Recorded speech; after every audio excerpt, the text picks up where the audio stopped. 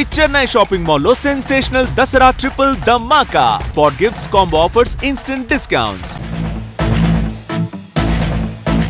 మన తెలుగువాడు బాలీవుడ్లో కెరీర్ ప్రారంభించి ఆనాటి సమకాలీకులైనటువంటి పృథ్వీరాజ్ కపూర్, దిలీప్ కుమార్ సమాన స్థాయిని సాధించుకున్న వ్యక్తి, సాధించుకున్న నటుడు ఎవరు అంటే మొట్టమొదటిసారిగా అనిపించేటువంటి పేరు పైడి జయరాజ్. బాలీవుడ్లో ఒక శిఖరాగ్ర స్థాయికి ఎదిగినటువంటి వ్యక్తిగా ఆయనకి గొప్ప పేరుంది.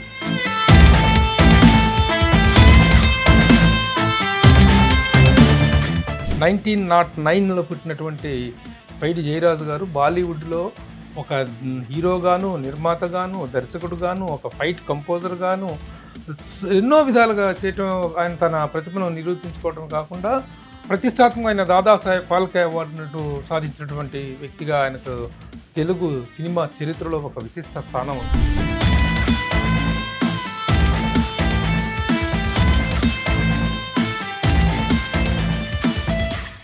హాయ్, హలో, నమస్తే and welcome to my show from the bottom of the heart in Suman TV, the India's largest digital media platform. మన తెలుగు హీరోలు పరభాషల్లోకి వెళ్ళిపోయి అద్భుత విజయాలు సాధించి అక్కడ ఒక ప్రత్యేక స్థానాన్ని, ప్రముఖ స్థానాన్ని ఆక్రమించిన సందర్భాలు చాలా ఉండి ఉండవచ్చు. కానీ అసలు మన తెలుగువాడు బాలీవుడ్లో కెరీర్ ప్రారంభించి బాలీవుడ్లో ఆనాటి సమకాలీకులైనటువంటి పృథ్వీరాజ్ కపూర్, దిలీప్ కుమార్ అండ్ మిగతా చాలామంది కాంటెంపరీస్కి సరిసమానంగా ఒక సమాన స్థాయిని సాధించుకున్న వ్యక్తి, సాధించుకున్న నటుడు ఎవరు అంటే మొట్టమొదటిసారిగా అనిపించేటువంటి పేరు పైడి జయరాజ్ గారు. పైడి జయరాజ్ గారి జన్మదినం సెప్టెంబర్ 28, 1909లో పుట్టినటువంటి పైడి జయరాజు గారు బాలీవుడ్లో ఒక హీరోగాను, నిర్మాతగాను, దర్శకుడుగాను, ఒక ఫైట్ కంపోజర్గాను ఎన్నో విధాలుగా చేయటం, ఆయన తన ప్రతిభను నిరూపించుకోవటం కాకుండా ప్రతిష్టాత్మకమైన దాదాసాహెబ్ ఫాల్కే అవార్డును సాధించినటువంటి వ్యక్తిగా ఆయనకు తెలుగు సినిమా చరిత్రలో ఒక విశిష్ట స్థానం ఉంది. అలాంటి పైడి జయరాజు గారికి అత్యంత సన్నిహితుడు, సమీప బంధువు, మనవడు అయినటువంటి కాసారావు రమేష్ గారు మనతో ఉన్నారు. రేపు ఆయన జన్మదిన సందర్భంగా ఆయనకు సంబంధించిన వివరాలు, విశేషాలు కాసారావు రమేష్ గారిని అడిగి తెలుసుకుందాం మనం.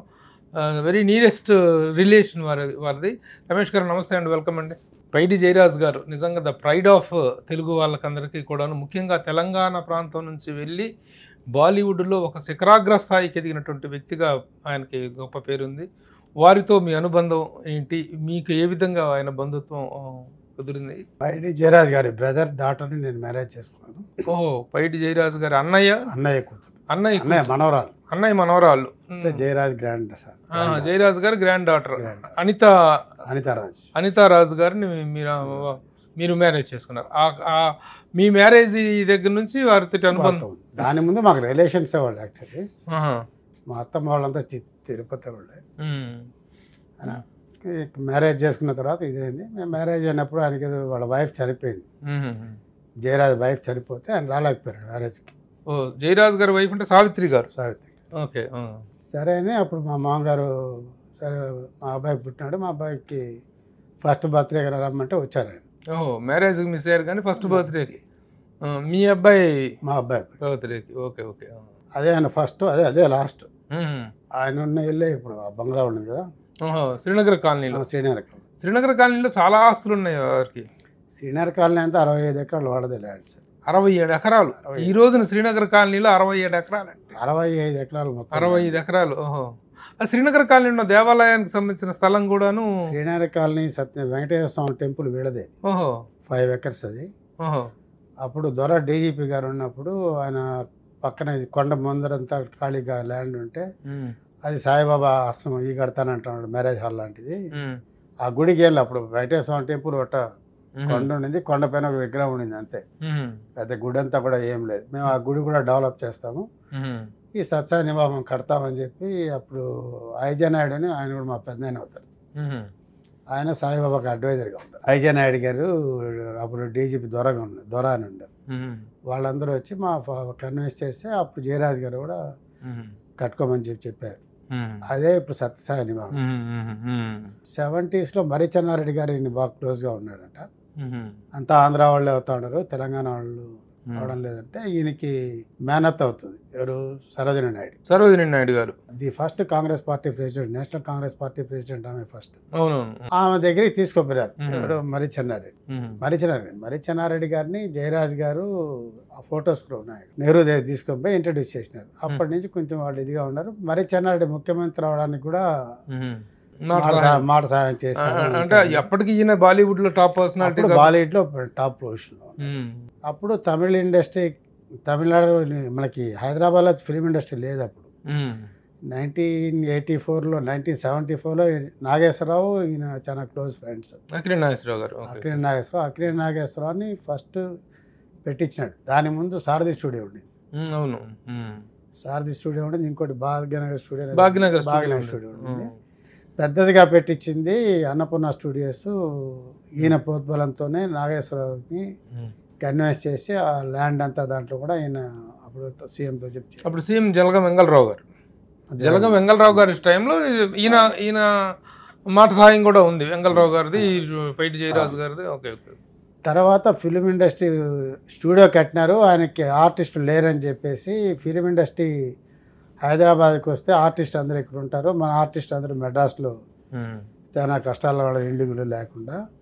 ఈయనకి క్లోజ్ ఫ్రెండ్ ఎవరో ఒక అతను బాంబేలో ఉండేవారట, జయరాజ్కి.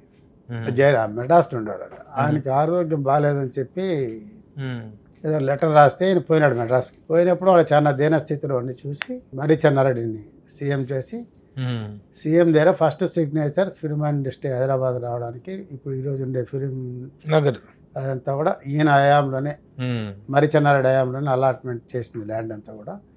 తర్వాత ఆయన దిగిపోయిన తర్వాత కూడా ఆంజనేయ కూడా బాగా డెవలప్ చేసినాడు, రోడ్స్ గేట్స్ ఫార్మేషన్ అంతా. అది వేసేటప్పుడు రాఘవ గారిది అప్పుడు బెంజి కారు ఉండేదండి, ప్రతాప్ ఆర్ట్స్ రాఘవ. ఆయన రోడ్డే లేదు, ఎట్లా నా కార్లో తీసుకుని పోతాను, ఆయన కొత్త బెంజి కారు కొన్నాడు రాఘవ గారు.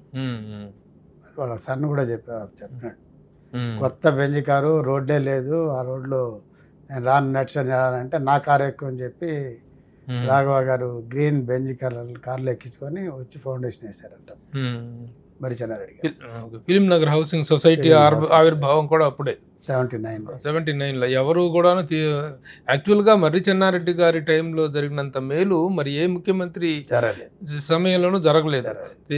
యాక్చువల్గా అసలు తెలుగు చిత్ర పరిశ్రమకు కాంగ్రెస్ ప్రభుత్వాల్లో జరిగినంత మేలు ఏ ప్రభుత్వాల్లో జరగలేదు అనేటువంటిది నిర్వాదాంశం.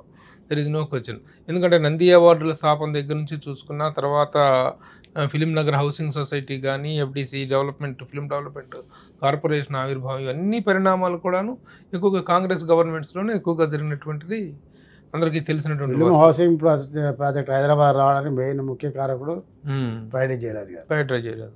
ఆయన చెప్పినాడు అంటే రెండోసారి చెన్నారెడ్డి గారు ముఖ్యమంత్రి అయినప్పుడు రాయితీలు ప్రకటించడం అది second phase. First third phase కదా, సెకండ్ ఫేజ్ అండి. అంటే first film Nagar housing society ఇది తెలంగాణ ఉద్యమాన్ని 1969లో కూడా 68లో వీళ్ళందరూ బాంబే పోయేసి ఇందిరా డబ్బులు తెచ్చుకునే వాళ్ళంట జయరాజ్ గారు. అవునవును. అప్పుడు ఆయన అందరినీ కూడాను ప్యాటర్న్ చేసేవారని వినటం జరిగింది. బాంబే నుంచి హైదరాబాద్ వేరే పెద్ద సిటీ అంటే ఇక్కడ నుంచి బాంబే పోయేవాళ్ళంట. ఆయన గెస్ట్ హౌస్ నుండి ఆయన కార్లు వాడుకునే వాళ్ళంట. వస్తా వీళ్ళేదో కథని చెప్పేసి డబ్బులు కూడా బాగా హెల్ప్ చేసేవాడు అనేవాళ్ళు. మదన్ మోహన్ కానీ ఎక్స్ అపోజిషన్ లీడర్గా ఉన్నాడు, ఎక్స్ మినిస్టర్ సిద్దిపేట మదన్ మోహన్ అని చెప్పి. మదన్ మోహన్కి ఒక విలేజ్ జీప్ ఒకటి, ఈయనకి ఇంకేదో ఒక కారు ఒకటి ఇచ్చినారంట. అప్పటికి వీళ్ళందరూ బడ్డింగ్ లీడర్స్ అనుకుంటాను, యంగ్ లీడర్స్ అప్పటికి వీళ్ళందరూ. మన హనుమంతరావు గారు వీళ్ళందరూ కూడా. హనుమంతరావు అప్పుడు యంగ్ లీడర్. వీళ్ళిద్దరే మదన్ మోహన్, పురుషోత్తం రావు అని ఒక నలమాత.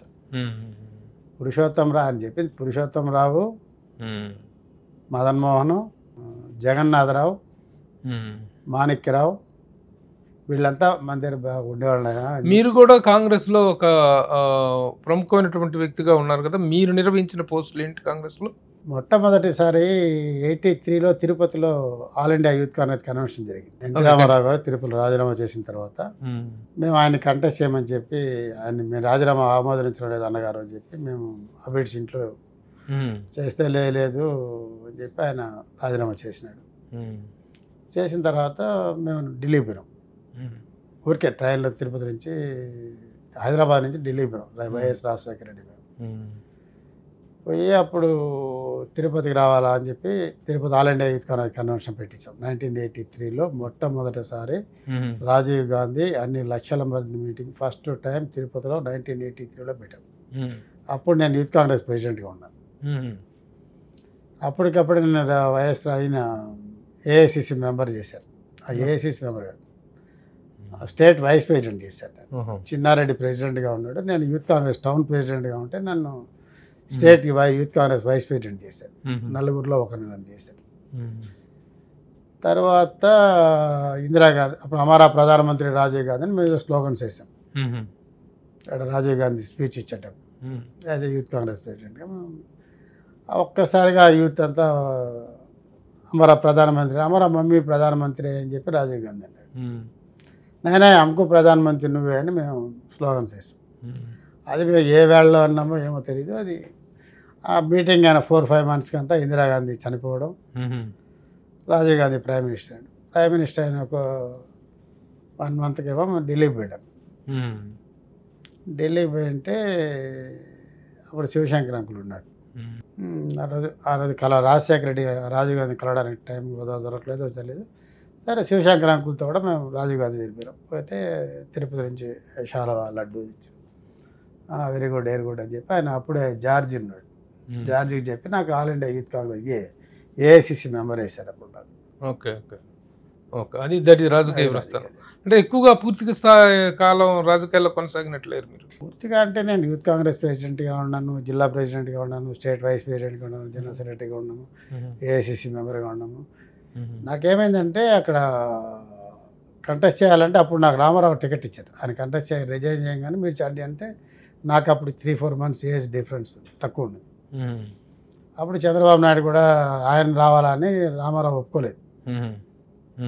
ఆయన వద్దు ఇప్పుడు పాలిటిక్స్లోకి, ఆయన చూస్తాం బాబు. సరే మీరు చేయండి అంటే అప్పుడు కత్తుల శ్యామలాకి ఇచ్చారు బాబు. మొట్టమొదటిసారి కాపోస్కి తిరుపతి సీటు కత్తుల శ్యామలాకి ఇచ్చారు. Okay okay. ఫస్ట్ ఆయన స్టార్క్లింగ్ యూత్ అనేటువంటి ఒక మూకీ సినిమా చేశారు. పైడి జయరాజు గారు సినిమా ఇండస్ట్రీలో ప్రవేశించడం, ఆ తర్వాత ఆయన ఫిలిం జర్నీ గురించి మీ దగ్గర ఉన్న వివరాలు, విశేషాలు ఏంటి? మాకు మ్యారేజ్ అయ్యేకాడికి ఆయన ఆల్మోస్ట్ రిటైర్డ్ అయిపోయినాడు. సినిమాలు ఏం చేయడం లేదు. ఓకే ఉన్నాడు బా మనిషి, అంతేగాని ఏదో ఆ 2 days ఉన్నప్పుడు ఆయన ఏదో కొన్ని ఆయన అనుభవాలు చెప్తా వచ్చినాడు. కరీంనగర్ జిల్లా సిరిసిల్ల స్వగ్రామం కరీంనగర్ అన్నారు, వీళ్ళు ఏదో మీడియాలో సిరిసిల్ల అన్నారు. కానీ ఆయన హౌస్ కీస్ అంతా ఉండేది కరీంనగర్ టౌన్లోనే ఉంది. నాయుడు బంగ్లా అంటారు. ఈయన 2nd class చదువు అసలు పుట్టిన వెంటనే హైదరాబాద్ వచ్చేసారట. వీళ్ళిద్దరన్నా కొద్ది రోజులు ఉన్నారంట, సుందరరాజుల నాయుడు, దీన్ దయాళ్ నాయుడు. ఈయన పుట్టిన వెంటనే ఇక్కడ వచ్చి హైదరాబాద్లో చదువుకున్నాడు. వీళ్ళు ఎంతమంది అండి? పైడి జయరాజు గారు అన్నదమ్ములు వాళ్ళందరూ ఎంతమంది? వీళ్ళ 3 అన్నదమ్ముళ్ళు. పెద్ద ఆయన సుందరరాజుల నాయుడు, 2వ ఆయన దీన్ దయాళ్ నాయుడు, 3వ ఆయన జయరాజు నాయుడు. కానీ జయరాజు నాయుడు అని ఎక్కడ ఉండదు, పైటి జయరాజు అనే ఉంటుంది. వీళ్ళిద్దరికి అందరికి నాయుడు ఉంది, దీంట్లో కూడా నాయుడు ఉంది. కానీ సినిమా ఇండస్ట్రీ వచ్చాయి కాబట్టి పైడి పార్టీని తీసేసి యాక్చువల్గా పైడిపాటి జయరాజు నాయుడు, పైడిపాటి సుందరరాజుల నాయుడు, పైడిపాటి గోవిందరాజుల నాయుడు.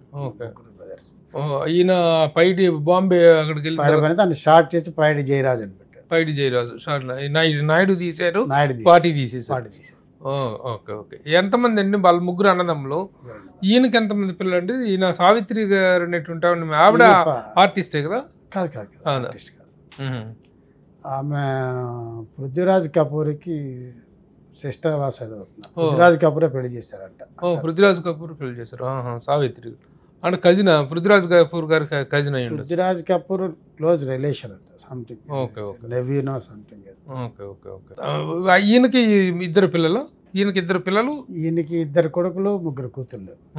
వాళ్ళు ఎలా ఉన్నారు? ఏ స్థాయిలో? దిలీప్ రాజ్ అని ఆయన హీరో అన్నాడు. హీరో కూడా చాలా సినిమాలు. ఇంకా ఈజ్ స్టిల్ యాక్టింగ్. 89 years ఆయనకి, ఇంకా యాక్ట్ చేస్తున్నాడు. ఆయన సర్వేపల్లి రాధాకృష్ణ ఆయనకి ఏదో పెద్ద అవార్డ్స్ వచ్చినాయి అప్పట్లో. దీనికన్నా బిఫోర్ ఆయనకి వచ్చిన. ఆయనకి ఏదో ఇది వాళ్ళకి ఫాదర్ సన్కి ఏదో కొంచెం ఇది వచ్చి అమితాబ్ బచ్చన్ని కూడా ఆయన ఇంట్రడ్యూస్ చేసినారు. అమితాబ్ బచ్చన్, షారూక్ ఖాన్ కూడా పప్పాజీ అని పిలిచేవాడంట జయరాజ్ గారు. చాలామంది హిందీ ఆర్టిస్టులు అంతా కూడా ఈయన చర్య తీసుకుంటే బాగుంటుందని ఫస్ట్ రెమ్యునేషన్ కూడా ఈయన ద్వారానే తీసుకున్నారు, ఇచ్చినారు అని అంటారు.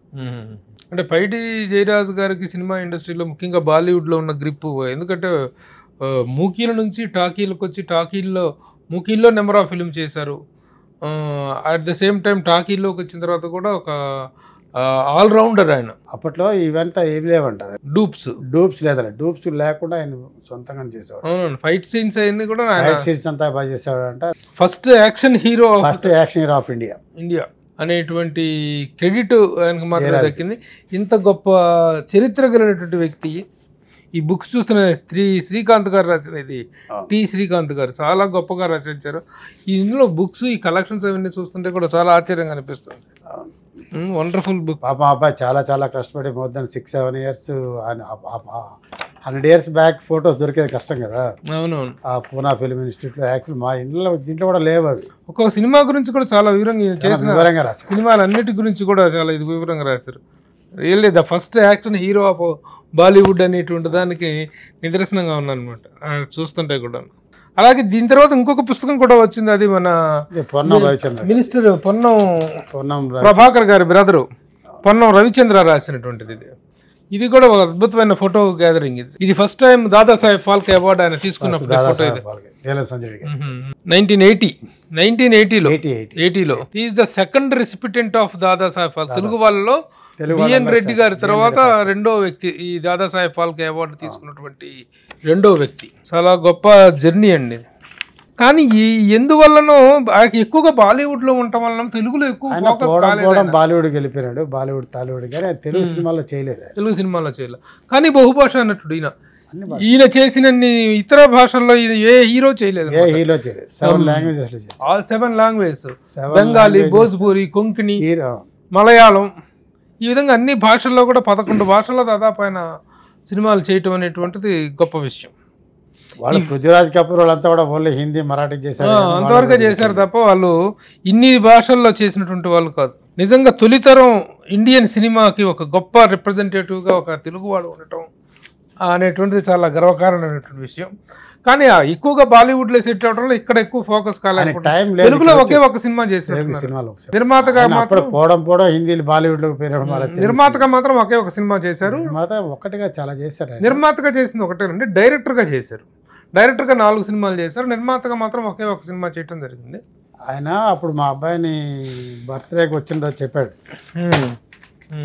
నిర్మాణ రంగంలో మాత్రం పోతాడు ఆయన, ఏమన్నా డబ్బులు ఉండేవాడు వచ్చి సినిమా తీసుకోండి అంతేగాని పిల్లోడి మంచి భవిష్యత్తు ఉందని చెప్పి. మీ అబ్బాయి బర్త్డేకి వచ్చిన సందర్భంగా చెప్పారు. అంటే మీ అబ్బాయి ఫస్ట్ బర్త్డే అప్పటికే ఒక సినిమా ఇంట్రెస్ట్ ఉంటే మాత్రం ప్రొడక్షన్ వైపు వెళ్ళొద్దని చెప్పారు. ప్రొడక్షన్ సైడ్ ఈయన చాలా సినిమాల్లో చేసినట్టు, మన రీసెంట్ సినిమాలో షోలేలో కూడా చాలా మంచి క్యారెక్టర్ చేశారు. షోలేలో చేశారు. షోలేలో వాడిన బైక్ కూడా మీ రిలేటివ్స్ దే మీద.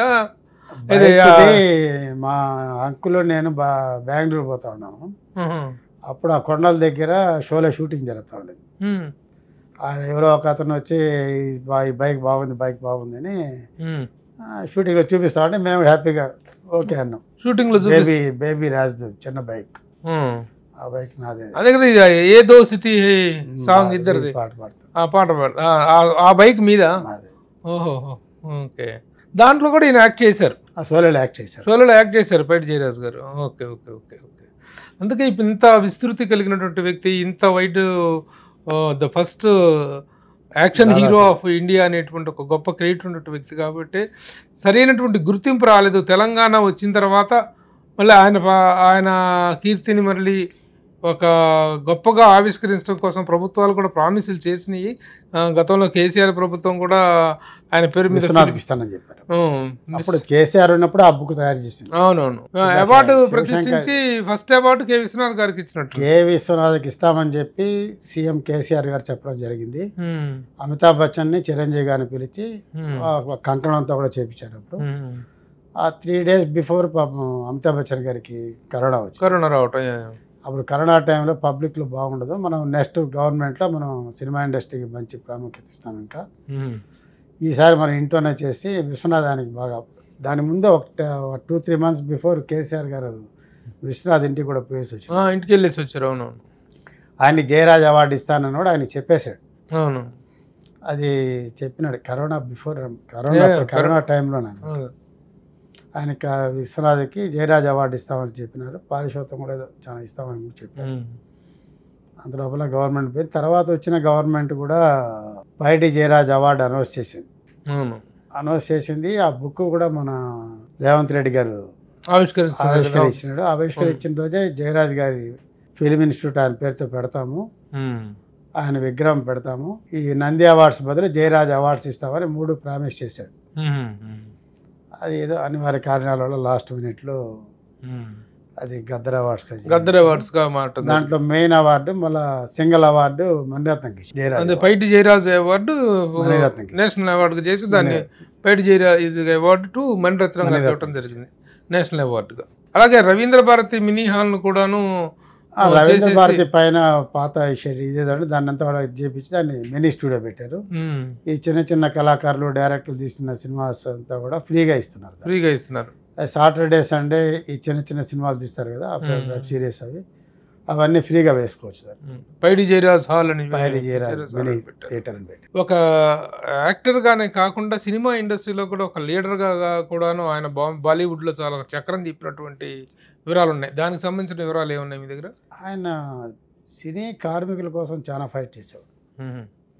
వాళ్ళకి ఇంటి స్థలాలు అయితేనేవి ఒక హైదరాబాద్ తీసుకొని వచ్చిందే కాకుండా ఆయన ఆల్ ఓవర్ ఇండియాలో బాంబేలో కూడా ఆయన ప్రాపర్టీ కూడా ఈరోజు బాంబేలో రైటర్స్ వాళ్ళ అసోసియేషన్ ఫ్రీగా ఇచ్చేశాడు. వాళ్ళ సన్స్ కూడా ఇవ్వలేదు. సినీ కార్మికులకి ఎవరికి కష్టం వచ్చినా కూడా ఆయన ఎక్కడెక్కడ బాధలు పడి ఆ కార్మికుల కష్టాలు తీర్చేవాడు అంట. దయచేసి నాయన మీరు మాత్రం ప్రొడ్యూస్ చేయొద్దు అని మాకు గైడెన్స్ ఇచ్చాడు. అంటే సినిమా నిర్మాణం అనేటువంటిది మన జాబ్ కాదు. ఆయన కూడా దర్శకుడుగా 4-5 సినిమాలు చేశారు కానీ చేతులు కాల్చుకున్నాడు. నిర్మాతగా ఒకే ఒక సినిమా తీసి చేతులు కాల్చుకున్నారు. అయితే ఎంత చేతులు కాల్చుకున్నా ఆయనకున్నటువంటి కోటాను కోట్ల రూపాయల ఆస్తులు ఈ రోజుల్లో వాటిలో కోట్లు లేవు సినిమాలలో. అవునవును. మనకి కోటి అనేది రామారావు గారు కూడా తీసుకోవాలి కోట్లు తీసుకో. అవునవును. కానీ ఇప్పుడున్నటువంటి ఆస్తుల విలువ శ్రీనగర్ కాలనీ లాంటి ఏరియాలో 65 ఎకరాల స్థలం ఉన్నటువంటి ఆ రోజుల్లోనే ఉన్నటువంటి ఒక గొప్ప శ్రీమంతులే కదా ఆయన. సరే, అయితే సినిమా అనుభవం అనేటువంటిది చెప్పుంటుంది అలా అని చేయమని, నిర్మాతగా మాత్రం చెయ్యొద్దు. ఆయన్ని అమెరికాకి బీటెక్ చేయడానికి వాళ్ళ అన్నలందరూ టికెట్లన్నీ కొని అన్ని బట్టలతో కూడా కొనుగేసేవారు. కొనుక్కొని వచ్చారంట తీసుకొని. ఈయన చెప్పకుండా వెళ్ళిపోయి బాంబేలో పోయి సినిమా రంగంలో దిగారు. ఈయనకి వాళ్ళకి కమ్యూనికేషన్ కూడా మోర్ దెన్ 2-3 months ఎక్కడ ఉన్నాడో కూడా తెలియదంట. ఈయన సొంతంగా పోయి కష్టపడి బాంబేలో ఆయనకి నాటకాల పిచ్చి ఉండేదంట అప్పట్లో. నాటక రంగంలో కూడా కొన్ని నిజాం కాలేజీలో కదా చదివారు ఆయన. నిజాం కాలేజీలో చదివినప్పుడు నాటకాలు కూడా బాగా ప్రదర్శించేవారని, షేక్స్పియర్ నాటకాలు ఎక్కువగా ఆడేవాళ్ళని చెప్పి. మొత్తానికి ఇండియన్ స్క్రీన్లో ఈయన జర్నీ అనేటువంటిది ఎవ్వరూ ఎప్పటికీ మర్చిపోలేనటువంటి ఒక గొప్ప ప్రస్థానం పైడి జయరాజ్ గారిది. వారి కుటుంబ సభ్యులు అయ్యండి, మీరు వారికి బంధువు అయ్యండి, మనవడు. అట్లాగే మీ మనవడిని, మీ అబ్బాయిని కూడా పైడి జయరాజ్ గారి సలహా మేరకే హీరోగా చేస్తామన్నారు. హీరోగా మీరు ప్రొడ్యూస్ చేస్తున్నారా, బయట వాళ్ళు చేస్తున్నారా? 2-3 స్టోరీస్ చూసాము. వాడికి ఏదో నెక్స్ట్ ఇయర్ పైన. సో పైడి జయరాజ్ గారి ముని మనవడు కోచింగ్ అంతా అయిపోయింది, యాక్టింగ్ కోచింగ్ అంతా చేసుకున్నాను. సో పైడి జయరాజ్ గారి ముని మనవడు త్వరలో ఇంట్రడ్యూస్ అవుతారు. Very good, all the best sir. ఆ గ్రేట్ పర్సనాలిటీకి మనం ఘన నివాళి అర్పిస్తూ, ఆయన 116వ జయంతి సందర్భంగా ఆయనకి ఘన నివాళి అర్పిస్తూ, అలాగే రాబోయే మీ అబ్బాయికి ఆయన పైడి జయరాజ్ గారి మునిమనవుడికి కూడా ఆల్ ద బెస్ట్ చెప్తూ thank you very much for giving your valuable time. నమస్తే అండి. సుమన్ టీవీలో మీ పర్సనల్ అండ్ బిజినెస్ ప్రమోషన్స్ కోసం కింది నెంబర్కి కాంటాక్ట్ చేయండి.